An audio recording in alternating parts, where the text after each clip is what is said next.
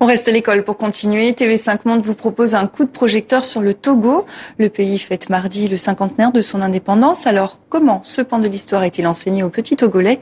Le reportage d'Emmanuel Soji.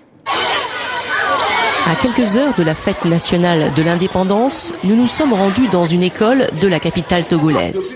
Les premières notions sur l'histoire de cette période sont acquises en CM2 en cours moyen deuxième année. Avant l'indépendance, c'est l'histoire des Gaulois. C'est l'histoire des Gaulois et c'est la France. Nous étions avec les Français, c'est l'histoire de la France qu'on recevait avant. Qu'est-ce que c'est que l'indépendance, Louis? L'indépendance, c'est le fait qu'un pays soit libéré d'une traite, d'une chose qu'il subissait avant, qui n'était pas dans la liberté. Depuis l'indépendance, les livres d'histoire sont écrits par des Togolais. Le regard sur la période a changé, mais l'enseignement est assez succinct. Au total, 3 heures pour passer en revue l'indépendance. Mais les élèves semblent bien au fait, malgré la rapidité avec laquelle l'histoire est survolée. Qu'est-ce qui a poussé l'armée togolaise à renverser les premiers présidents? Qu'est-ce que les Européens cherchaient au Togo? Car après la traite négrière, ils avaient déjà ce dont ils avaient besoin pour aller modérer ça dans leur pays. Impossible de parler de l'indépendance sans parler évidemment de la période coloniale. Cette histoire est loin d'être occultée.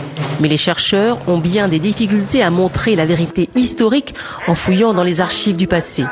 L'enseignement sur cette époque prend souvent une tournure passionnelle, certaines personnes pensant que le Togo serait à l'heure actuelle dans une meilleure situation si les Allemands étaient restés plus longtemps.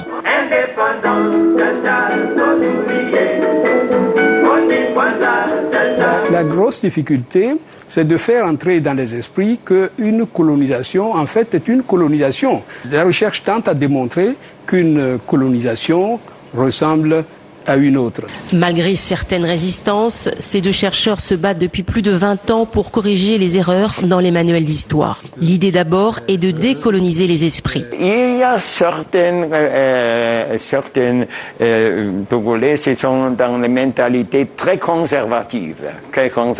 Ils ne sont pas ouverts pour les nouveaux résultats des recherches. En 2 ans, la date anniversaire de l'indépendance du Togo a retrouvé une bonne place à l'école.